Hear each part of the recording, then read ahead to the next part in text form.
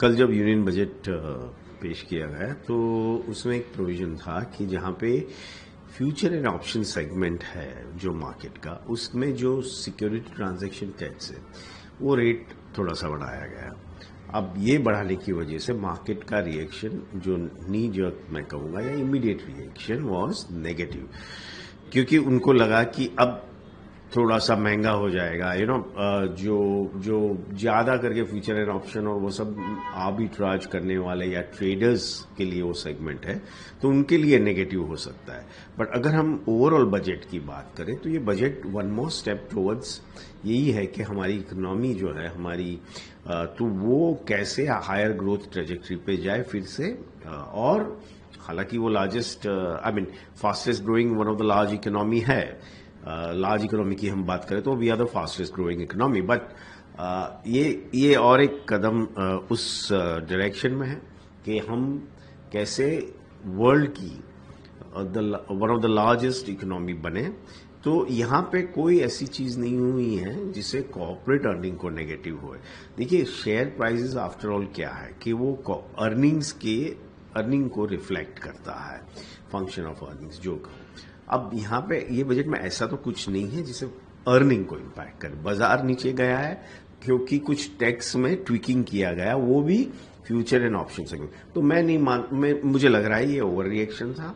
ठीक है, foreign portfolio investor वैसे भी पहले विड्रॉ कर रहे थे, अब शायद जल्दी नहीं आए, मुझे वो पता नहीं है। लेकिन एक बात जरूर है, ये फंडामेंटली या स्ट्रक्चरली इकोनॉमिकली ये बजट में कोई ऐसी बात नहीं है जिसकी वजह से शेयर बाजार इतना नीचे जा सकता। ये सिर्फ एफएनओ की वजह से था, और मैं मानता हूं आने वाले दिनों में शायद this reality will dawn upon the investors and things will improve from here. Thank you.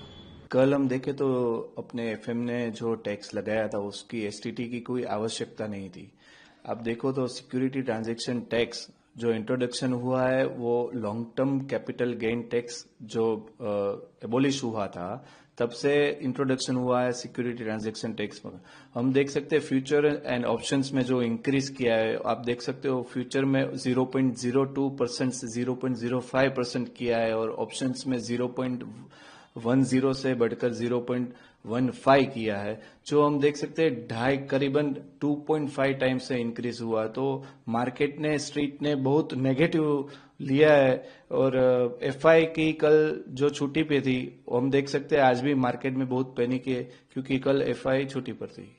अब आने वाले दिनों में आप किस तरह ले रहे हैं? जैसे आपने बताया कि फ्यूचर ऑप्शंस करना बहुत मुश्किल हो गया है, एक लॉट निफ्टी का लिया जाए तो भी घाटा हो सकता है। किस तरह से लड़े, ये पूरा समीकरण क्या है? जो भी एफएम ने जो भी कल इंटरव्यू दिया उसमें बोला कि जो स्पेकुलेशंस चल रहा था, जो रिटेलर्स है वो करीबन 100 में से 92 रिटेलर्स का लॉस हो रहा था। उस हिसाब से उसने जो एसटीटी का इंट्रोडक्स जो इंक्रीज किया है, हम देख सकते मार्केट ने बहुत नेगेटिव उसका लिया है। जो स्ट्रीट एफआई के जो किसी ने भी वो एक्सपेक्ट नहीं किया था, जो आवश्यकता नहीं था एसटीटी बढ़ाने की, तो मार्केट में बहुत नेगेटिव उसका सेंटीमेंट हुआ है।